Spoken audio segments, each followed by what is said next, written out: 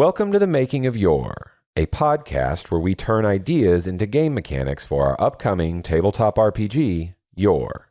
If you'd like to stay up to date on the developments of YOR, head over to our Discord. Link is in the description. And we're back. Ta-da! Yes, episode 6. And we're going to talk about Feats mainly, I think. We've got a lot to do. We've been putting it off because it's fun. And we wanted to get the less fun stuff out of the way. Yeah. So feats, which are not being treated like maybe feats if you're used to in D&D, they're not going to be the same type of thing. You're going to get a lot more feats. And you get them in between the tiers of play. You have 4 tiers of play, and we'll have feats are tacitly tied to the progression of your character in between those tiers.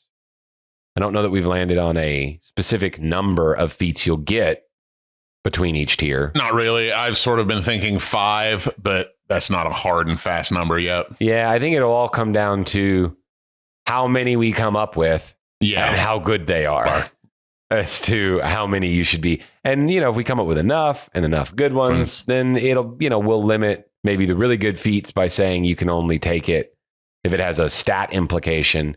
Yeah. You can only take it, you know, some kind of limiter. So it's, it's only taken one time. Yeah. If it's too good, only one time or maybe once per tier, something like that. Yeah. But we were also talking about disconnecting our system inherently already disconnected stats from a lot of the normal things that you might think a stat would apply to. Yeah. Like weapon rolls and spells, all the things stats do. Mm-hmm. For us, stats are about making checks. They show competency rather than have like implications in damage. It's how good are you at casting this spell? How good are you at climbing the wall? They're really about skills and checks. Yeah, they're not an attribute that impacts you. It is a representation of how consistently good at a certain task your character is. Yeah, which allows us to keep damage pretty stable. Mm-hmm. And that's really important in a game with auto hits. Yes. But the expression of competency will have a lot of freedom all the way to the point of like, I always succeed. If you really invest into one thing. Yeah, with the roll under system, if you get a stat to 20, technically that means you can't fail on a raw check. Yeah, unless there's something debuffing you, you're pretty solid. But then made this realization, if we're disconnecting all these stats, what do we do with Constitution? Because it already really just gives you health and, you know, like concentration saves in normal games. Pretty garbage. Yeah, it doesn't really do a lot. And so we're thinking that we're going to disconnect it from health gain as well. And so you'll have an amount of health that you get from the race you pick, and then you'll get more health based on your class. Each tier, that class will give you more health. But then having feats that increase your health. Yeah. I don't know what that means for Constitution, what it's actually going to do. Well, I mean, it's in the, I can't remember what skills it's under right now, but I think we have Constitution as primary on at least one stat, don't we? Yeah, it probably does make certain skill checks. It'll be the primary for certain skill checks. We might end up making also sorcerers use Constitution as their casting stat. That's true. It is a casting stat for sorcerers. I forgot about that. So that's cool. We'll probably have a significant number of con save spells. Yeah, it's, I mean, you know, stuff that makes blood boil out of your veins is probably a Constitution save. Yeah. I don't know that you can dex your way out of that one. Yeah. We'll see how we do it. But anyway, on to feats. I think we could spend most of this probably on feats anyway. I think so. So we are thinking a feat for affecting the DC of your spells. Yeah, well, so what do we want? So we're coming up with tier 1 feats first, presumably. Yeah, which won't have one of those. Do we want like the feat system to describe? So I'm thinking it's like they're literally like feats your character can accomplish that are beyond what a mere mortal could, or an untrained mortal anyway, could accomplish. Because once you've gotten it to tier 1, you're on the path of an adventurer. You're better than some peasant farmer. Yeah, a tier 0. type of guy. Yeah. A guy who is mechanically indistinguishable from a pigeon. Yeah, basically. He might be a cat. Yeah. We want feats, but feats are not, you're selecting them. So they don't have to do with necessarily your, like what you've done. Like boons will be kind of connected to your deeds, the narrative of whatever it is you're doing. And feats are just basically they're almost like an invocation. Yeah. From other games. They're ways to like modify certain things about you, I think. Yeah. And we're going to include feats that just affect stats. Like we talked about health. Yeah. And we talked about save DCs maybe. I guess they could also be something akin to an invocation. I don't know if we want to put things like spell casting, like a type of spell casting in a feat. I mean, it's probably too early to get to it now, but like getting a cantrip off of a tier 3 feat is probably not that big a deal. Yeah, then I would agree with Warlock being a boon class. Yes. And that's kind of the method that if you're not training to be a spellcaster, you become a spellcaster by making a deal with an entity. Yeah, it's you get a magical sugar daddy. Yeah. Or become a magical entity yourself by doing something. If we want to keep, do we want any kind of abilities within feats, or are they going to be just stats? I don't know. Ways to adjust your character. I don't mind like the invocation idea of like they improve certain like things about the fighter's size up, or maybe they give like a different kind of ability that we don't have in any of the classes yet. I don't know. But because in tier 1, like your feats are going to be the thing that sort of like define your abilities, because you don't get very many of them from your class. So that maybe tier 1 feats are more in breadth than depth, is, tracking and things like that. Yeah, there's not many abilities to modify. There's none, really. No. They're very limited. Tier 2 is where you're going to pick up all of your class specific skills. Mm-hmm. So if that's not really available to you, then mainly you're looking at stat modifications, unless you want, because like skill proficiencies, I guess, those are available. Yeah. And if we're only thinking 5 feats, then I guess you could take a feat that would say that your weapon attacks deal 1 more damage. Yeah, I feel like that's a pretty good tier 1 feat. Yeah. But it's pretty simple, but I'm trying to think of like, maybe there shouldn't be as many feats between tier 1 and 2. Well, I don't know, because I'm trying to think of the characters that we had as tier 1 adventurers and stuff they could do, and then what we could reverse engineer out of that to find out what their feats would have been. All right, so tier 1 is Bilbo and Watson. Okay, so like medical training, or which is a skill proficiency. So yeah, skill proficiency feat would be in tier 1. Yeah. Extra damage. Bilbo's a thief. He's good at riddles. Maybe so we could have some stat feats, and maybe we could have some role play feats, like ways that you might expand. I don't remember. Well, I guess technically like performer, like the idea of becoming, that's already under a skill proficiency, isn't it? I think it's a profession. Maybe it's a profession. So maybe, well, you're going to select a profession at character creation. Yeah. I don't know that we want a feat that would give you more professions. No, I feel like that you have one profession, I think. Yeah. Spartans. What is your profession? Yeah. With boons, I feel like we've boxed ourselves in a little bit on what feats should be providing. Yeah. So there's a little more of a limitation on really what they should be reaching out to. Yeah, we may have. Yeah, and with archetypes existing, that's where we're getting a lot of our abilities and stuff. Abilities and special things, which were originally, something like D&D, it's divided kind of between your subclass and feats to get kinds of abilities. Yeah. So we could approach it that way. we could look for some abilities that don't exist in subclasses that might be more generic.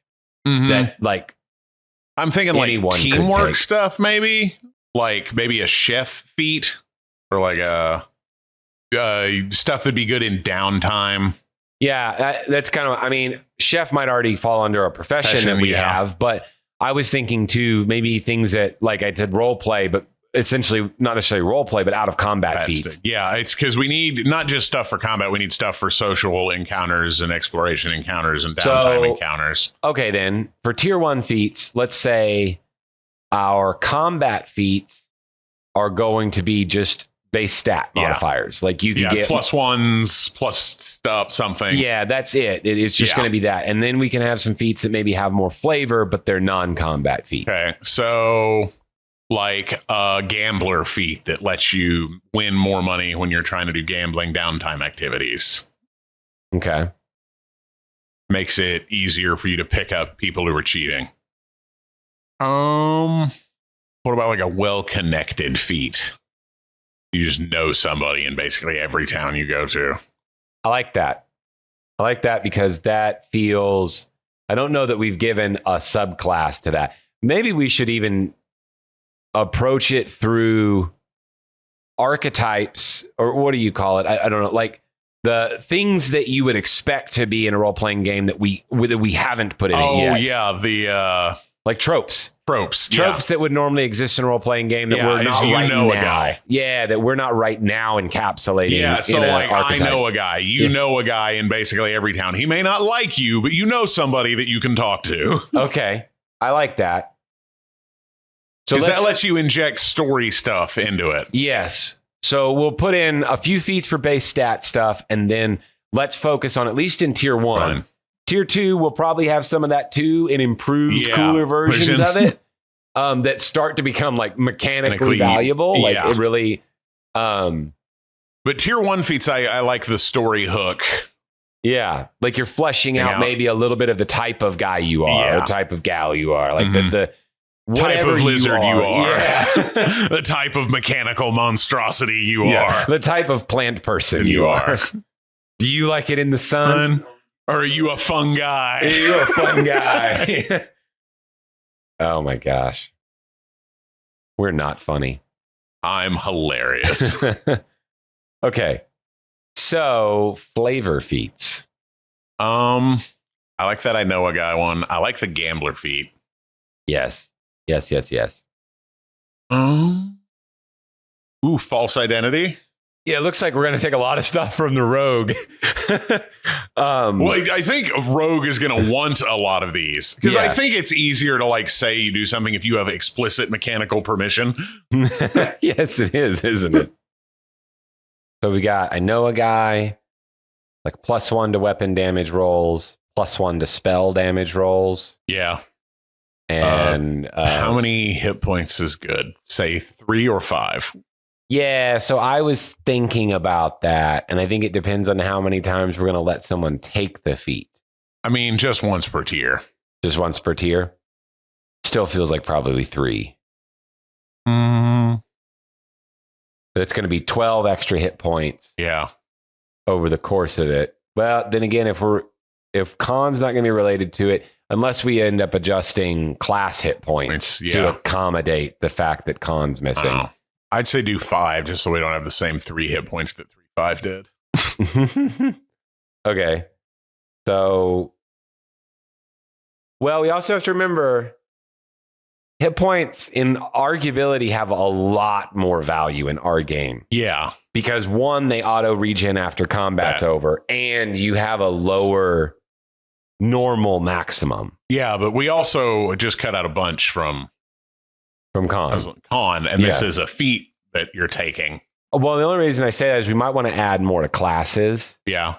And I only say that because I think if we, at 5, it starts to feel like I have to take this feat to me. Yeah. If you make that number too high, it becomes this is a, you have to pick. Yeah, it's like a feat tax. I don't know. I don't hate that for hit points. Yeah, hit points have to matter, and people are going to want to take it anyway. Yeah. But if we make it high enough. It's just, you're always going to take it because it's freaking 5 hit points. I mean, definitely at level 1, At tier 1, you're definitely taking it. I don't know that it matters what number we put here. It's probably a feat you're going to take no matter what. It's anything more than 1, baby. Yeah, it matters a lot. Let's just start with 3. All right. For now, because I feel like it might be really impactful. Okay. You think? I think our wizard gets is it 4? Yeah. You'll have race, and then he is 4 or 6. I can't remember. Something like that. Not many. Not many. You said something about a gambler. What would that look like? I don't know. It's depends on whether we put actual games in the back of this book or not. I think we'd end up having to. That might be dependent on how deep we would go into such a thing. We may not want to touch on that yet. Reprint the rules of Liar's Dice. Yeah, we may have to. That may have to wait a little while. I want that kind of stuff though, because we want to flesh out a game that doesn't feel like it's only focused on combat and doesn't concern itself with the other pillars of gameplay. So, having some good recursive depth on some interactive systems that we can mess with. Because gambler's not a profession. I mean, some people would argue with you on that, but I agree. We didn't make it a profession in our game. It's a career. Yeah. But I'm not exactly sure what it would do. But I do like the idea of a feat that makes you better at gambling and cheating. Yes. Definitely better at cheating, which is normally all been encapsulated under sleight of hand. Yeah, which is lame. And I don't think all cheating is. No, it's that. Because sleight of hand doesn't help you spot loaded dice or see somebody thumbing cards or helping you mark the cards or. Yeah, well, especially, like the things that would fall under insight checks. Yeah. Which becomes a wildly different stat that, rogues are never taking wisdom. No, that's not their good stat. Yeah, or for us, reason. Your reason stat. I mean, you've played with a rogue before. Yes. They're generally problems. Almost 100% of the time, the rogue player is a little shit. Yeah. It has been a consistent theme in my games. The rogue player, even if he wasn't he didn't even have to be the guy that was after chaos or playing the villain. Yeah. Just the rogue is always doing something to a little bit derail the game. Yep. I've straight up played an evil character who wants to end the world, and he was less disruptive to the party than the rogue. Good times. Yeah. It's a good like a crafter feat or a setup camp feat. Okay, so yes, let's do some downtime ones. I'm also thinking of another method we might go by selecting some feats. So maybe you have some feats that let you do. They're not necessarily tied to your proficiency in a skill. Yeah. But maybe they are. Must be proficient in and let you do something. Let the rule calls out that you are specifically able to do this thing. So you could have something that's like a medical one, or maybe you have one that's a nature one. I know we plan on having an alchemist type thing. But you could have one maybe that's a survival one. Yeah. You must have proficiency in survival, and then this thing says whatever, you're guaranteed X amount when you go search for food. I'm not saying that's a good one, but you can make, a poultice of healing grasses and roots and whatever, and you get a minor healing potion or something that you can apply over the course of a downtime. Yeah, something that could remove a wound. Yeah. Maybe. I don't know that we want that at tier 1 either, but maybe you do. Tier 1's also pretty violent and brutal. Pretty brutal because you don't have a lot of health. So that would be a pretty good feat. Let's say let's put that down at least as an idea. It'll be the Poultice feat. It's Triage. Anytime you reduce wounds, you reduce it by 1 more wound than normal. That's a good one too. I'm going to do Poultice, though, which is an ability to reduce wounds. So we could have both. Yeah, we could have both. One for medicine and one for nature, depending on which one you picked. Yeah, and Poultice will require proficiency in, the heck did we call that skill? Or not something lore. Wilderness lore, right? Which is survival and knowledge nature. Yeah, and, did we put medicine in any of these? It may be a profession. Yeah, we didn't have medicine. I think we didn't have medicine because of auto healing. Yeah. And since our game is kind of geared towards, I don't know, we could put in medicine and then have it be like the alchemy skill. Yeah, because we don't have a potion maker's skill, do we really? Cool putting that under medicine. Yeah, the alchemist skill, which will have maybe we call it medicine or call it alchemy. Well, I think medicine, because the alchemists are usually doctors. So the medicine skill will allow you to craft potions and treat wounds, and it's basically the science skill, but we can't call it that. Yeah, man, that skill would kind of could rival. Is that too much gameplay in a skill? I don't think so, because most of it's like out of combat, like utility stuff. I know some of the skills are kind of like that, but I think having all that sort of niche stuff under one umbrella. Yeah, it is less things. Because it's still not as good as rune lore. No, probably not. Magical hacking and war magic and scrolls and. Okay, so we'll add another skill then. Hey, called medicine. Didn't know we were going to do that.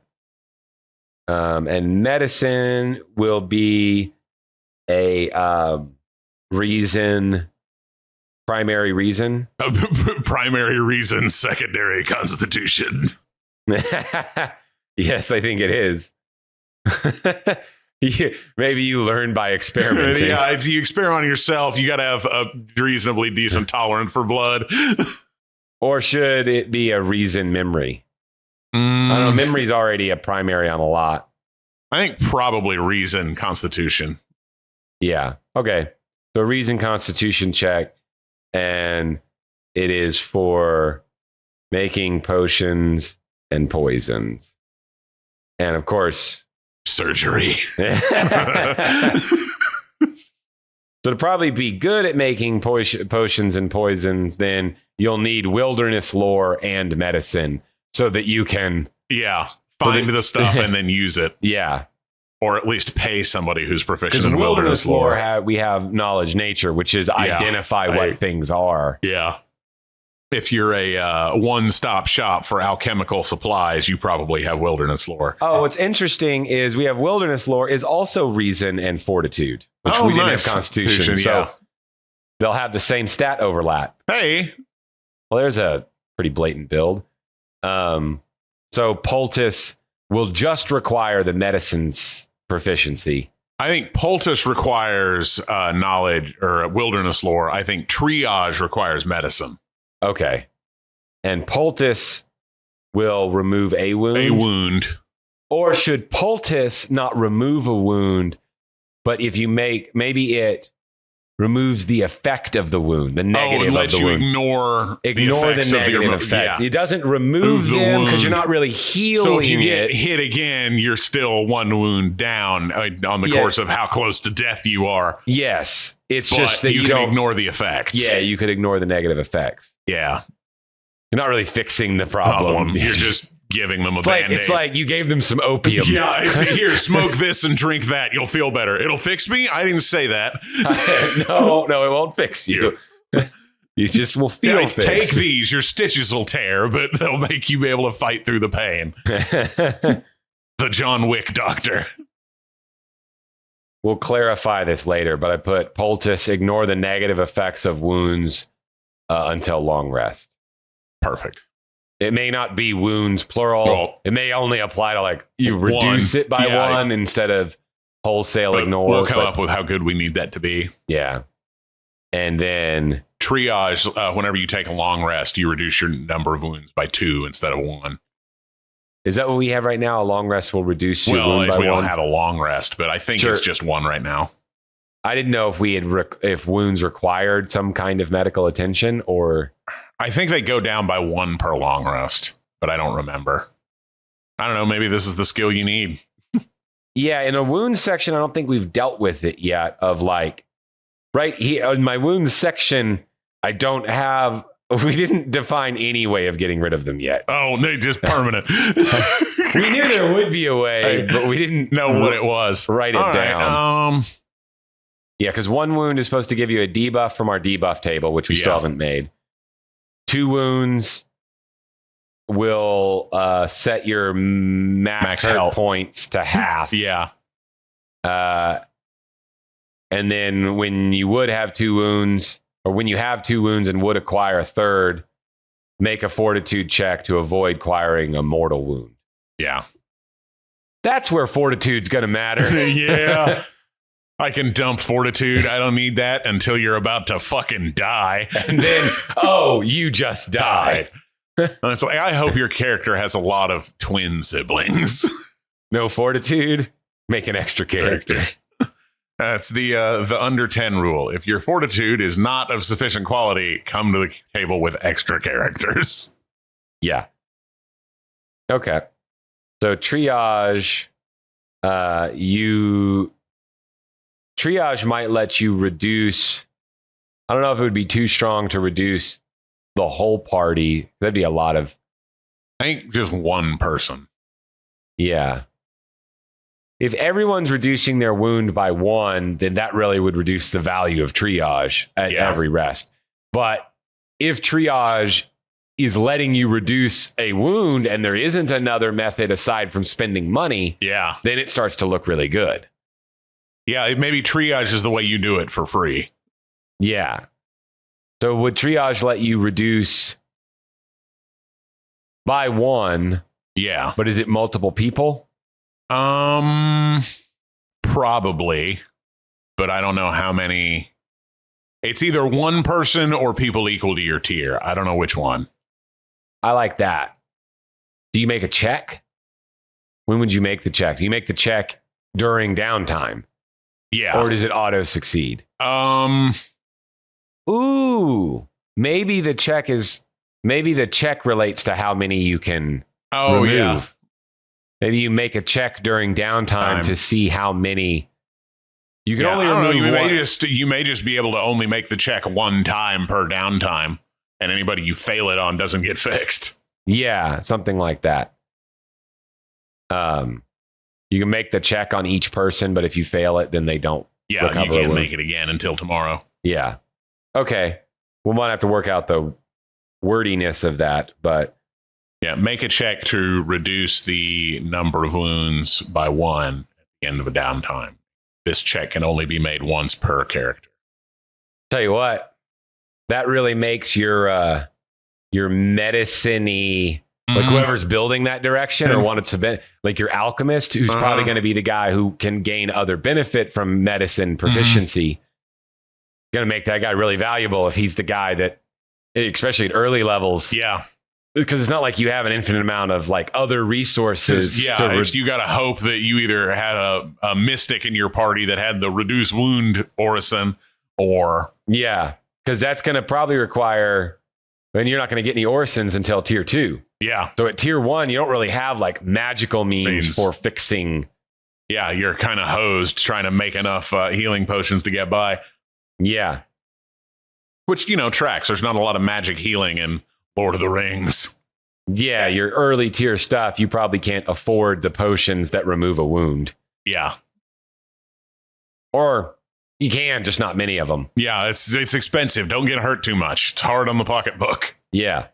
Because I imagine that a lot of we've talked about it before, healing potions would, like you'd have maybe some that would regain health, which you would use in combat, is what they're for. And then like kind of a higher tier potions would reduce be like wounds out of combat. Yeah. And if they would be pretty valuable and expensive in our market. Yeah. If you don't naturally recover a wound, which I think you shouldn't. Maybe you could say wounds would naturally recover after like a week. Yeah. But I don't know that we want a week of bed rest. You can heal your broken leg. Yeah. Which is, not realistic, but I think that's for an adventurer. For an adventurer, it is. Yeah. And so triage has the potential to recover a wound in 1 rest. Uh-huh. But otherwise, I think we'll end up putting in wounds that, like, wounds will naturally recover after. You'll lose 1 wound reduction after 1 week. Yeah. So if you were on death's door, 3 weeks. Yep, 3 weeks. 3 weeks to get better. 3 weeks and you're all right. That would be. Yeah, and that makes Triage a really attractive feat. It does. Okay, I like that. Yeah, and the benefit comparing it against Poultice is Poultice will let you make a potion. Yeah. Or a Poultice. So that in the midst of combat or after combat, like in the middle of a day, you've acquired a wound, you could apply a Poultice. Yeah, slap it on that sucking chest wound and limp them back to camp. Yeah, or you could even continue, potentially, if you're trying to continue, you're in a dungeon. You're continuing your we can't adventure. leave, they'll respawn. Yeah, so you can ignore the effects for a time. And then your triage would allow you to actually cure it, but only at a long rest is when you can do this. Whereas you could make a Poultice and have it with you, or do that at, you still have to make your check, but you can do it at any time and just have them ready. Yeah. As opposed to hoping. And as opposed to, waiting till you get to a long rest. Yeah, it's, let's find a safe spot to camp in this literal hell pit. Yeah. So they'll both be attractive. Yeah. Possibly the same guy. Yeah, very, very possibly. Okay, what's another cool feat? We've got the straightforward stats of HP and damage covered. I don't know that we really have any DC saves yet, because there aren't going to be really any. Not really. They're all targeted. Yeah, at tier 1, there isn't really anything. Auto hit stuff anyway. Yeah, so at tier 2 is when you'll be able to pick up a feat to increase your DCs. Yeah. We might just have to do some trope research. Yeah. To flesh this out. But I don't know. We're getting some good ideas here so that we can go at and all right, I like these feats. What are more like that? Mm-hmm. What about an exploration? Yeah, like a trap sense kind of ability. It could be trap sense. It could be like,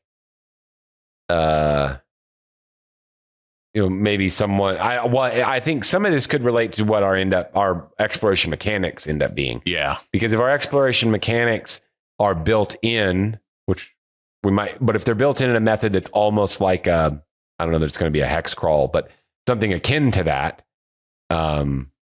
which I like hex crawls. Yeah, I think they're fun. And so if we build in an exploration mechanic that's something like a hex crawl minigame. Well, but also the exploration is going to be for dungeons and stuff too. This is true. Those will be two different. Ideally, they'll be the same system that works the same way, but I don't know. Yeah, I don't know. It's when you're exploring a dungeon, there's a lot less options than exploring the wilderness. Yeah. You're direction wise, or the amount of choices are a little different. But if you have a complex dungeon, I don't know, it could be as simple as you always know what direction north is. Yeah. That's a perfectly reasonable feat. The Aboriginal Australians can do it. Yeah. I think if that's a feat that would, because you could, in theory, get lost in a dungeon. Yeah. Or a labyrinth, or a forest, or a ruin, or the ocean. And if you're always know which way north is, that's I should be able to figure out my way. Yeah, basically it tells the DM, you have to give him some hints. Yeah, you got to give him at least where north is. Yeah, you should. And he'll be like, well, I didn't know going in. Well, then you should say that with your ability to tell which way north is, you can kind of maybe you can start trying to triangulate and works that out that way, but you at least know a direction. Yeah. There might have to be, knowing which way north is for a real person, super useful because you're operating with a bunch of context. Yeah. As a player, you're missing a lot of that context that you wouldn't necessarily have. But the DM should, in that context, then give it to you so that you can figure something out. But I like that. What do we call that? Compass mind. I like it. Internal compass. Internal compass, yeah. Tier 3 feet. Moral compass. You can sense the alignment of all around you. Is like brachiation for this? I don't know. Because that's always been a fun feat. What does it normally give you? Well, brachiation is like that thing that monkeys do when they swing through treetops. There's a feat for that in 3.5 there is. Oh. Man, the wild feats of 3.5. I know. There's a million. Oh, so feats that would, if you have certain proficiencies. Yeah. Feats that allow you to ignore difficult terrain. Yeah. Which is basically, that is a concept that sounds like where you're going with that. Yeah, well, it's just different movement types that are niche but useful. Yeah, so if like not as much as a burrow or a fly or a swim, but you can move like Tarzan. Maybe. Let's come back to that one. I'm going to just put in movement feats. Yeah.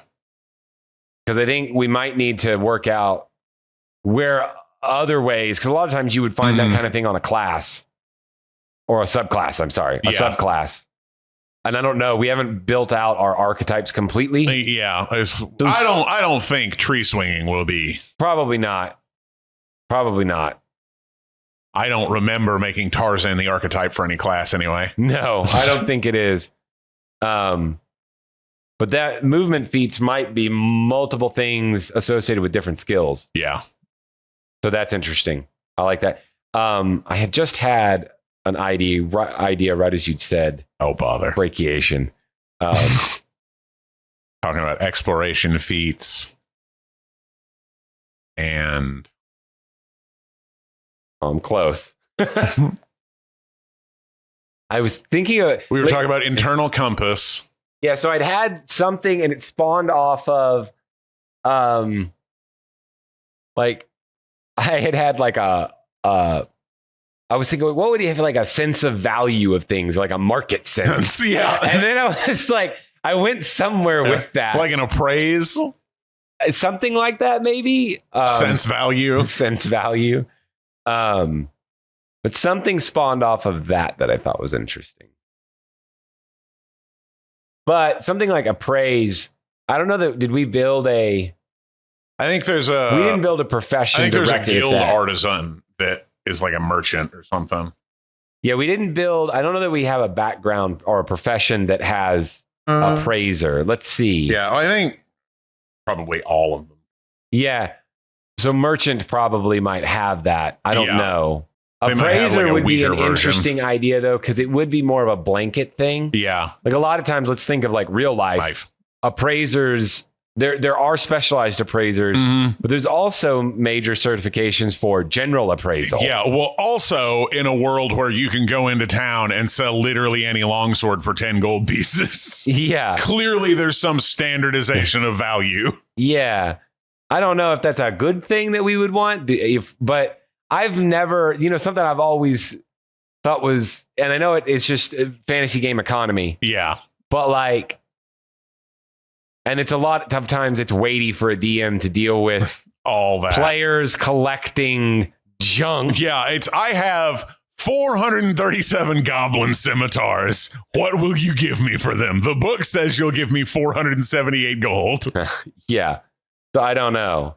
Maybe I like the idea of building an economy and we've looked at it multiple times, but it's hard. Yeah. To make something that will work well. Yeah, it's Magic did it is the answer. Yeah.